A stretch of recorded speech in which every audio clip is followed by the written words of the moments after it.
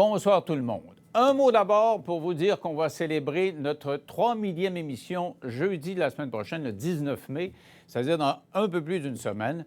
Ce sera la dernière émission de la saison, mais aussi et surtout la toute dernière. C'est la fin d'une grande aventure, il va sans dire, ça fait 16 ans. Une aventure qui m'a permis de rencontrer des milliers de personnes qui avaient des histoires à raconter, des histoires que j'ai écoutées avec le plus d'intérêt et de respect possible. La dernière aura lieu donc plus de 16 ans après la première diffusion, le 17 avril 2006. Je me souviens de cette date-là parce que c'était la date anniversaire de mon père. Donc, c'est beaucoup la pandémie qui est à l'origine de cette décision-là. Depuis plus de 2 ans, la COVID a monopolisé pratiquement toute l'attention. Et la nature même de notre émission en a été changée. Elle qui avait été pensée pour être différente des autres, en présentant le plus large spectre possible de sujets et d'invités. Ajoutez à ça la distanciation qui m'a obligé à faire des entrevues par ordinateur où le contact humain est beaucoup moins évident, surtout quand on parle avec des gens qui vivent des drames ou des situations difficiles, comme c'est souvent le cas quand je les invite sur mon plateau. Tout ça, donc, a un peu, beaucoup émoussé mon enthousiasme personnel. On a donc convenu, mes patrons et moi, qu'on avait fait le tour de la question.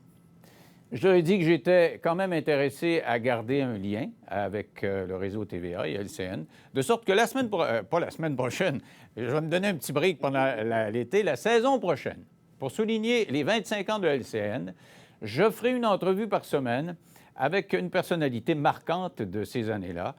Il reste quand même 7 émissions à compter de ce soir.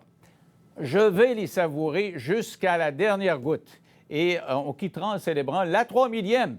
En fait, la vraie 3000e, c'était peut-être il y a une dizaine de jours, mais on a retenu les célébrations pour la dernière.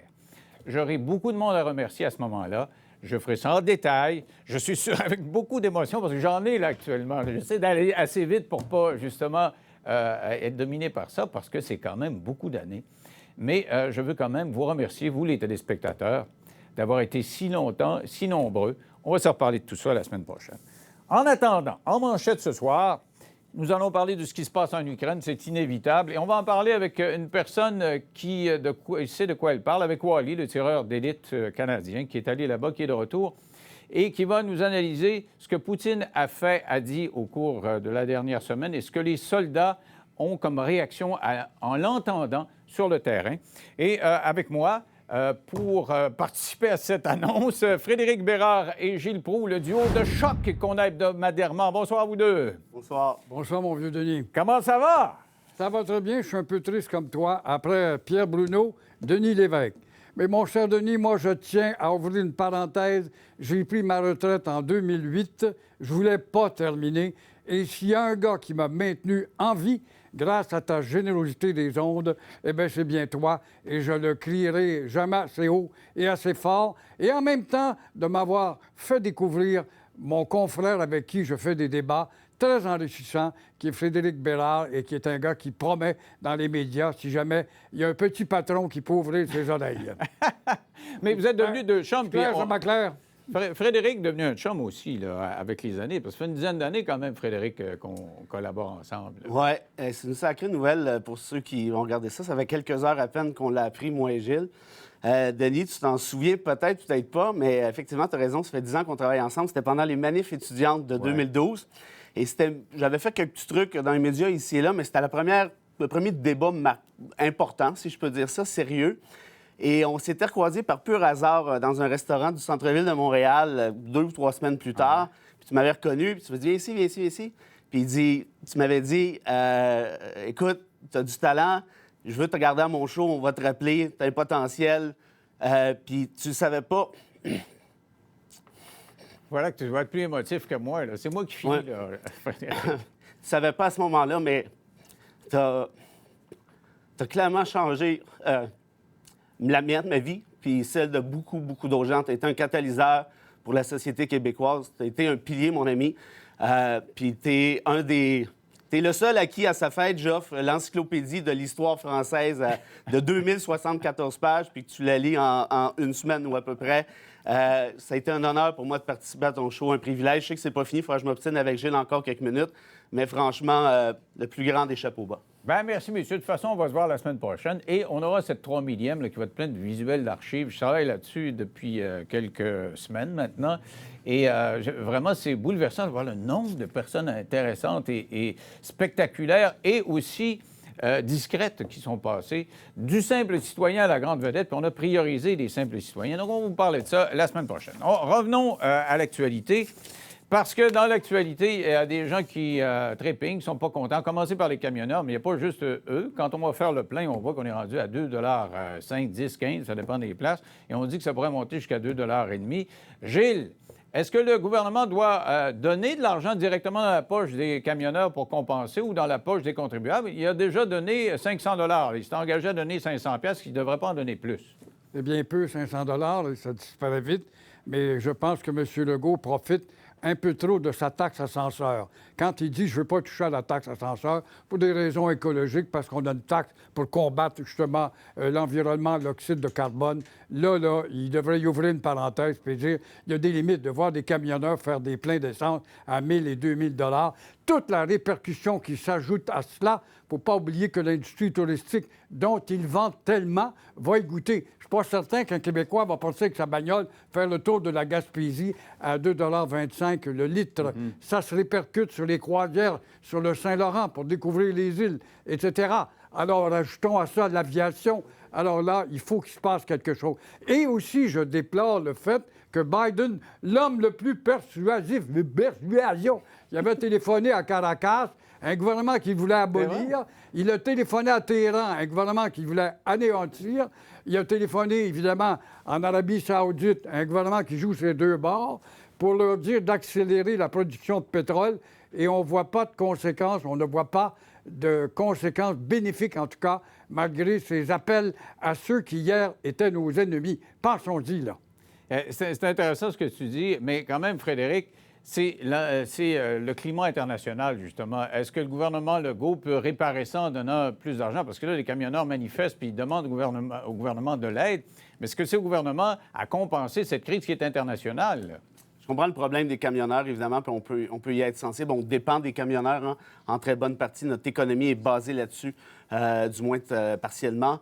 Mais franchement, l'industrie pétrolière est invivable. Il va falloir changer notre fusil d'épaule rapidement. La planète est sur le point de péter. Pourquoi?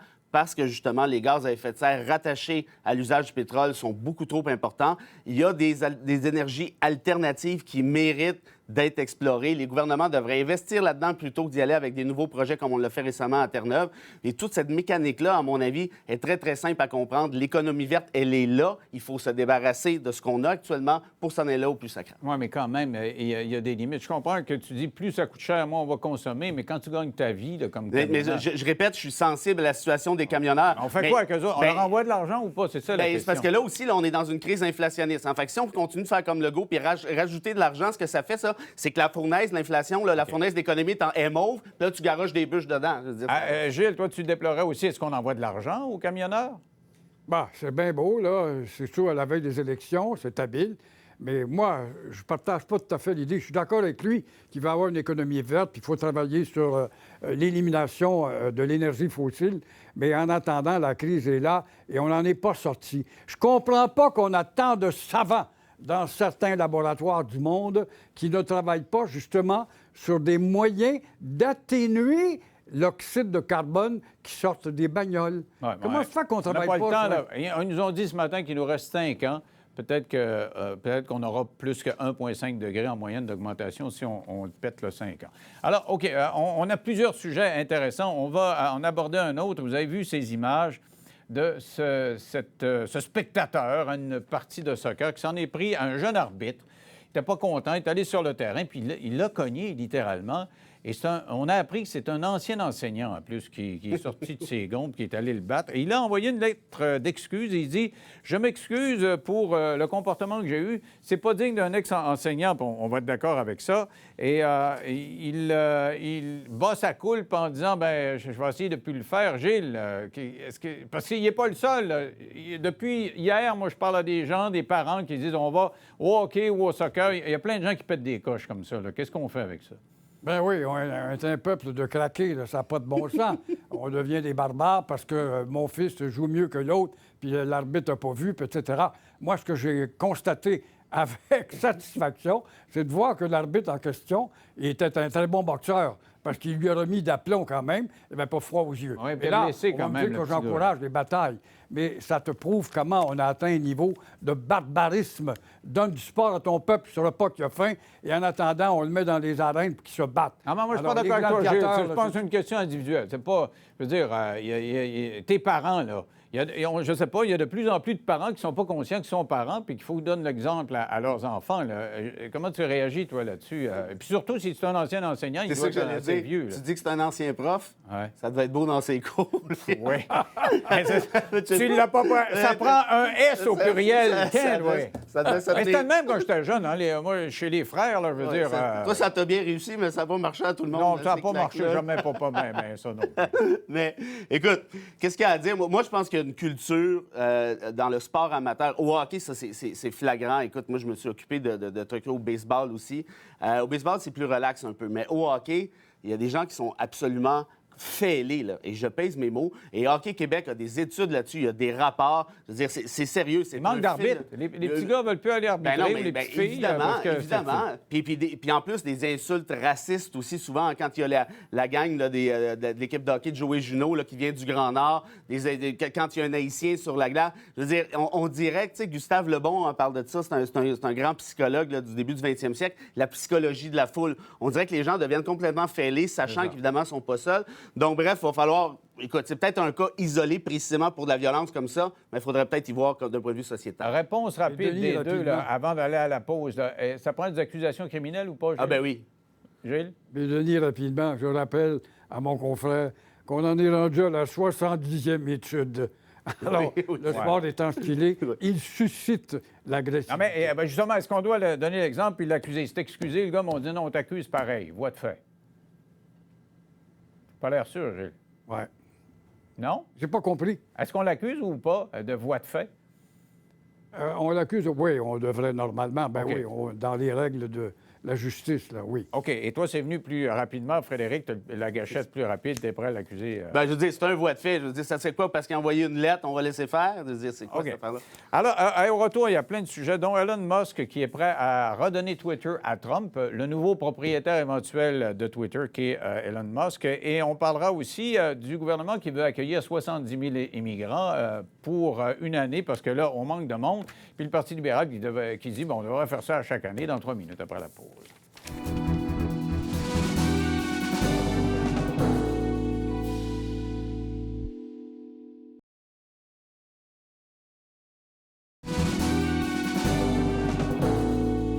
Avec moi, Frédéric Bérard et Gilles Proulx. Alors, messieurs, c'est tombé cet après-midi. Elon Musk, l'éventuel nouveau propriétaire de Twitter, le milliardaire qui s'achète ça pour s'amuser, à près de 40 milliards de dollars et plus, dit que quand il sera propriétaire de ça, formellement, il va donner libre accès à Twitter à Donald Trump. On sait qu'il a été banni parce que Twitter avait calculé que ses propos étaient trop inacceptables, si on veut. Puis on a fait un lien avec les émeutes du Capitole. Alors, Frédéric, le constitutionnaliste, est-ce que c'est une bonne idée de lui redonner accès à Twitter? La liberté d'expression, on en a déjà parlé ensemble, c'est beau, c'est le fun, ça mérite d'être défendu à 100 000 à l'heure, mais pas à 120 000 à l'heure. Il y a une limite qui est nécessaire. Dans le cas précis de Trump, là, on vient de dire donner la présidence de 2024 en le réintégrant sur Twitter. Et là, on parle, là, il y en a qui disent oui, mais c'est ce que les gens veulent. Peut-être, mais ce gars-là a menti et c'est le président sortant, le seul président sortant de l'histoire américaine qui a lancé, tu l'as dit, une attaque contre le Capitole, qui est l'enceinte législative par excellence. On ne parle pas d'un candidat comme un autre, on parle d'un criminel de droit commun et de faire comme fait Moss, non, non, tout est beau, tu as le droit de dire n'importe quoi, n'importe quoi. C'est pas vrai que c'est comme ça que ça fonctionne. Et Einstein disait, il va arriver un jour où les riches vont dominer les modèles de communication et ceci fera en sorte que les gens seront désinformés avec les conséquences que l'on connaîtra. Alors, Gilles, Twitter, là, parce que on dit que Twitter, c'est pour ça qu'il l'achète, Elon Musk. Il dit, ils sont toujours en train de censurer, on ne censure plus. Je suis peut-être pas d'accord avec quelqu'un, mais qui parle, puis les autres le ramasseront.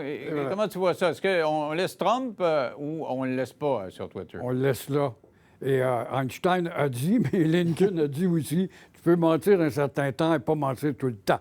Mais il en demeure pas moins que ça démontre comment est-ce que ce gars-là n'est pas tuable, parce qu'il a encore des arguments. C'est vrai qu'il est peut-être à l'origine d'un trouble outrecuidant et inacceptable devant le Congrès, c'est peut-être vrai, mais il en demeure pas moins qu'il a été élu démocratiquement une fois. Et il joue encore dans le jeu de la démocratie et profite de la faiblesse intellectuelle du personnel politique des États-Unis. Le problème est même mondial. Je suis bien content, moi, quand tu as donné quelques leçons à l'OTAN, par exemple, vous voulez vous darder ou vanter que vous êtes les meilleurs au monde, mais vous ne payez pas vos cotisations. Ça prenait un homme pour dire ça, il n'y en avait pas beaucoup. Alors, dans ce sens, dans certains sens, il est utile. Dans d'autres, il est aberrant, mais OK, toi, je pense qu'il a le droit à l'opinion dans ce réseau-là. Tu dis qu'il a le droit de s'exprimer, même si pour toi, là, Frédéric, il représente un danger potentiel d'être réélu. Bien, s'il est réélu, ce que Gilles dit, c'est que c'est la démocratie. On va élire ceux que je comprends ce que Gilles dit, puis je suis pas en désaccord à 100 %, mais pour qu'il y ait une démocratie, il faut qu'il y ait un minimum de respect des règles du jeu. Est-ce que Donald Trump respecte les règles du jeu? Bien, les populistes, ils font tous ça. Ils disent que c'est arrangé. Quand ils gagnent, c'est pas arrangé. Ben, mais voilà. tout le monde, Poilievre est parti avec la même Mais on Bolsonaro. s'entend que- Ils disent tout ça. Là. Ils discréditent leur système. C'est sûr. Mais quand il est élu, ben, Je suis d'accord avec toi, mais Trump, c'est pas un populiste de fin de semaine. Là. Ouais, C'est champion du monde. Mais ça te fait pas peur, toi, Gilles? Non, ça ne fait pas peur parce que la boule de terre, on a 3 millions d'années, là, des hommes sur la Terre. On en a vu passer. C'est comme le Vatican qui doit s'écrouler, qui a 2000 ans d'histoire, qui passe à travers les crises. Et c'est la même chose. Sauf qu'il va falloir qu'il émerge une personnalité transcendante, solide, capable de rallier les deux courants aux États-Unis. Mais nécessairement, par la force des choses, moi, c'est mon opinion, à cause des réseaux sociaux, ces personnalités-là sont toujours ou d'extrême droite ou d'extrême gauche. Il n'y a plus de place pour le milieu avec les réseaux sociaux. C'est ça qui arrive. C'est que le bourdonnement est tellement fort aux extrêmes. Regarde la France, l'extrême gauche, l'extrême droite et le centre, c'est Macron. Il réussit à s'en tirer ce coup-là, là, mais les coups d'après, ça va être ou l'extrême gauche ou l'extrême droite. En tout cas, c'est un autre débat. Parlons, hier, il était question d'André Arthur qui est décédé. Et Gilles, qui était un adversaire à un moment donné, a fait un beau témoignage. Mais je pense que toi, Frédéric, tu as des bémols là-dessus. Là. Ben écoute, je suis pas super à l'aise d'en parler parce que je pense à la famille, aux proches. Mais si tu me poses la question, je vais quand même pas rendre un hommage à André Arthur. Je comprends que c'est un grand communicateur, mais pour communiquer quoi? René Lévesque le traitait de parasite social. C'est un gars qui était misogyne, c'est un gars qui était raciste essentiellement, c'est un gars qui a entretenu la haine très forte, qui a contribué à déchirer le tissu social. Alors, oui, mais tu vois, hier, Myriam Segal, qui a travaillé avec lui, elle dit « T'es pas misogyne, la preuve, c'est qu'il m'a donné une chance, moi, dans ma carrière. » Myriam a travaillé avec Erin Duhem, puis elle ne trouvait rien à redire sur lui non plus, donc... Frédéric a cette idée-là. Gilles, toi, tu continues de dire que malgré, parce que tu n'as pas été d'accord, sur certains points, vous êtes chicané solide, mais... Je lui attribue, je lui donne ce qu'il mérite. C'est un très, très grand communicateur.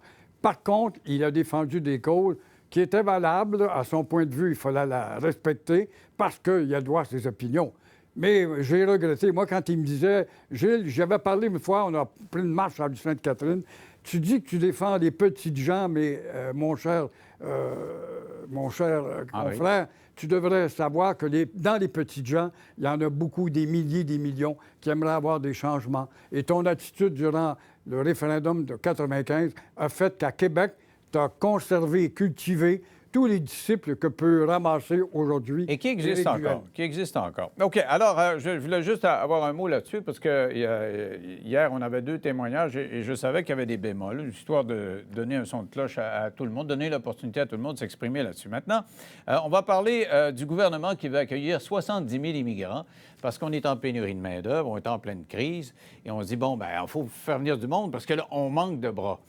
Le gouvernement dit ça, mais une shot, là, une seule fois, alors que le Parti libéral de Dominique Anglade dit, bon, OK, vous voyez, ce ne sera pas la fin du monde en accueillir 70 000. Pourquoi pas le faire à chaque année? Frédéric?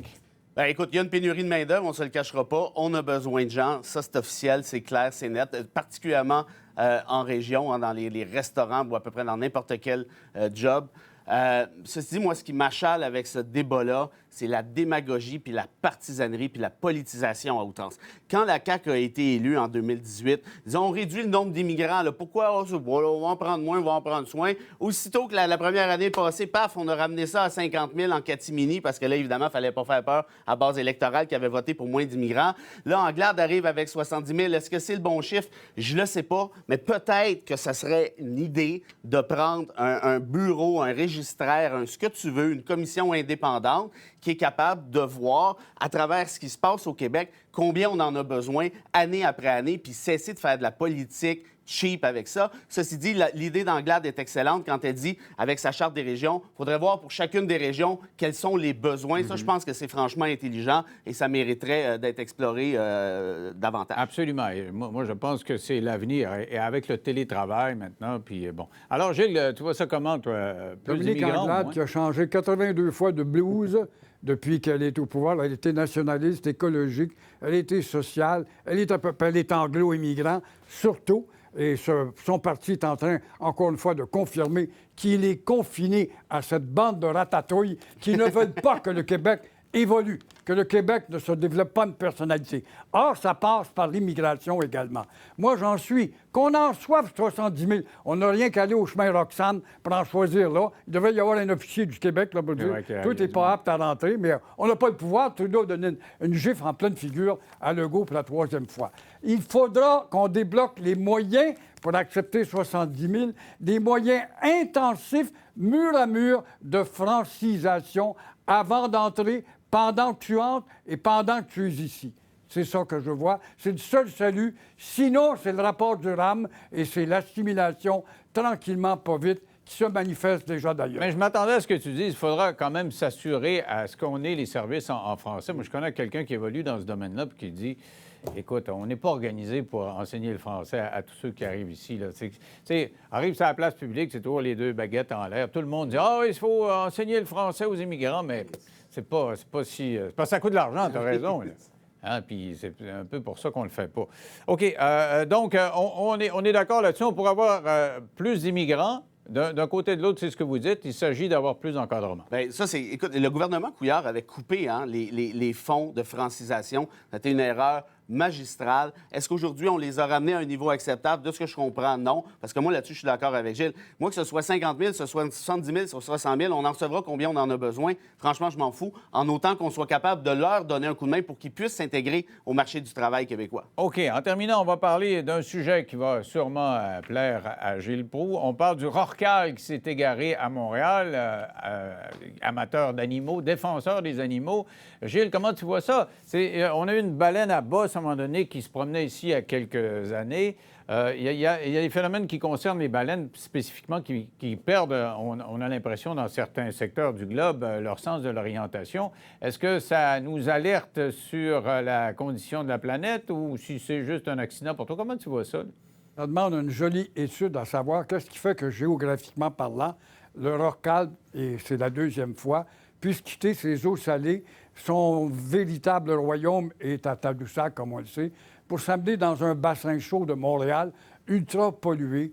Alors là, c'est de savoir, encore une fois, c'est comme avec l'ours polaire, il y a 15 jours, qu'est-ce qu'on fait? On le laisse mourir, on l'abat ou quoi? Non, il faudra que les scientifiques trouvent un moyen, avec une embarcation, ils mettent un filet dans le dos. Je ne dis pas qu'il faut sortir la baleine de l'eau, pas du tout, mais l'entraîner vers Tadoussac, où elle pourrait élire, en tout cas dans son domicile, le plus naturel. Mais en attendant, il y a des études à faire sur la qualité de l'eau qui fait que ça puisse attirer des spécimens qui ne sont pas chez eux ici. Et ça, c'est inquiétant, il faut que ça disparaisse. Rapidement, Frédéric, pour toi, c'est accessoire ce cas-là ou c'est juste c'est pas significatif de ce que la planète est? Ou ça pour moi, c'est pas anecdotique, c'est symptomatique du réchauffement climatique. Les études le démontrent. La biodiversité est en train de foutre le camp. On a perdu 70 de cette même biodiversité au Québec depuis les années 70. C'est une catastrophe. Puis là, ça continue. Regarde, tu le disais, Gilles le disait, l'ours polaire la semaine passée, la baleine il y a 2 ans. On va en voir de plus en plus. Moi, j'habite dans le nord du Québec, dans la Naudière, là, des orignaux, des coyotes, ça descend, ça descend, ça descend. Pourquoi? Parce que, justement, à cette île, c'est la même chose, apparemment. C'est une catastrophe. Il va falloir commencer à penser que ça va devenir notre quotidien beaucoup plus que l'exception. Alors, moi, je roulais cette semaine. J'avais jamais vu ça de ma vie. Probablement qu'il y avait d'affaires là. Je ne suis pas sûr qu'ils soient descendus du sud, mais parce qu'on parle d'animaux qui sont en contact avec l'urbanité maintenant. Il y avait un lynx. Oui. Je ne savais pas que c'était gros de même. Mais en pleine rue, là, c'est énorme, un lynx. Je veux dire, on peut pas se tromper, là. C'est pas un chat. Merci à vous deux. Ça a été fort intéressant de partager aussi ces émotions là, après l'annonce. Au retour, c'est Wally qui est avec nous. Il va faire le point sur sa vision de ce qui se passe en Ukraine, sur les déclarations de Poutine. Et vous allez voir, c'est extrêmement intéressant d'écouter dans 3 minutes après la pause.